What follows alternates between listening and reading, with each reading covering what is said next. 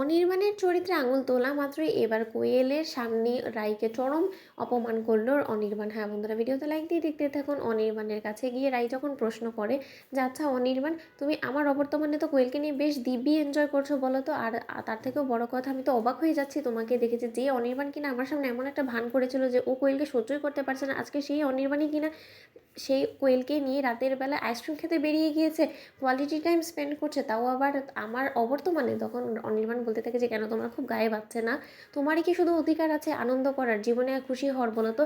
আর মানুষেরও তো অধিকার আছে, তাই আমি আর মানুষকে তো আনন্দ করা থেকে বঞ্চিত করতে পারি না, কারণ সেই রকম মানুষ আমি অন্তত নয়। তোমার হয়তো আমাকে চিনতে ভুল হয়ে গিয়েছে রাই। আর তার থেকেও বড় কথা, তুমি কিসের কথা বলছো বলো তো?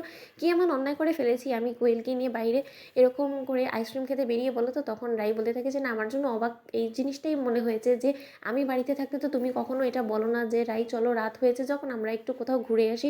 তুমি তো খুব ভালো করেই জানো যে আমি এই মালাই কুলফিটা কতটা পছন্দ করি। বিয়ের আগে তো তুমি কতবার আমাকে দেখেছো এই মালাই কুলফিটাকে খেতে, তাহলে তখন তো আমাকে একবারও তুমি বলোনি। তখন অনির্বাণ বলতে থাকে যে দেখো, তোমার পছন্দ অপছন্দ এখন আর আমার কাছে ম্যাটার করে না। তখন এই কথা বলা মাত্র রাই বলতে থাকে যে ও আচ্ছা, তাহলে কি আমি এটা ধরে নিতে পারি যে এখন অনির্বাণের কাছে ফার্স্ট প্রায়োরিটি হলো গিয়ে কোয়েল? তখন অনির্বাণ বলতে থাকে যে হ্যাঁ বলতে পারো, কারণ কোয়েলকে আমি অনেক বছর ধরে চিনি, তাই ওর পছন্দ অপছন্দ সেই সব কিছু সম্পর্কে আমার ধারণা আছে। কিন্তু তুমি আমার কাছে এখন গিরগিটে পরিণত হয়েছো রাই, কারণ তোমার কখন কি পছন্দ হয় কখন কি তোমার কাছে পছন্দ হয় না সেটা আমি এখনো বুঝে উঠতে পারি না। তখন রাই বলতে থাকে যে শোনো, একজন মানুষের পছন্দ অপছন্দ একটা মানুষ তখনই বুঝতে পারে যখন কিনা সেই মানুষটাকে সে মন থেকে ভালোবাসে, সেই মানুষটা সম্পর্কে সে মন থেকে কোনো কিছু জানতে চায়। কিন্তু তুমি কোনোদিন আমার প্রতি এতটা আগ্রহী ছিলে না যতটা কিনা তুমি কোয়েলের প্রতি আগ্রহী।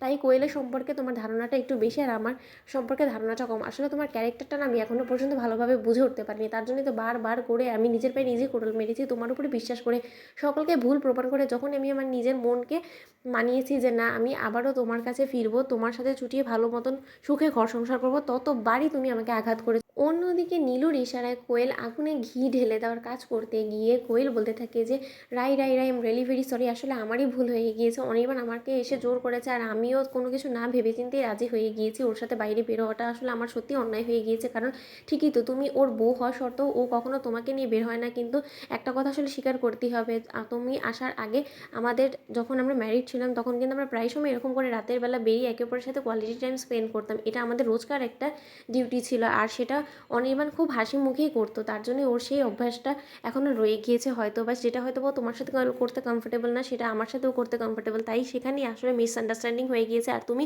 আমাদের সেই জিনিসটাকে অন্যভাবে নিয়ে নিচ্ছ। আম রিয়েলি ভেরি সরি রাই, আমাকে তুমি ক্ষমা করে দাও প্লিজ, তোমরা একে অপরের মাঝখানে এরকম করে অশান্তি সৃষ্টি করো না। তখন রাই বলতে থাকে যে আচ্ছা কোয়েল, তোমার এই বদ অভ্যাসটা কি কোনোদিনও ঠিক হবে না স্বামী স্ত্রীর মাঝখানে কথা বলার, বলো তো? তোমাদের ভিডিওটি ভালো লাগলে লাইক এন্ড শেয়ার করে সাবস্ক্রাইব করতে ভুলো না।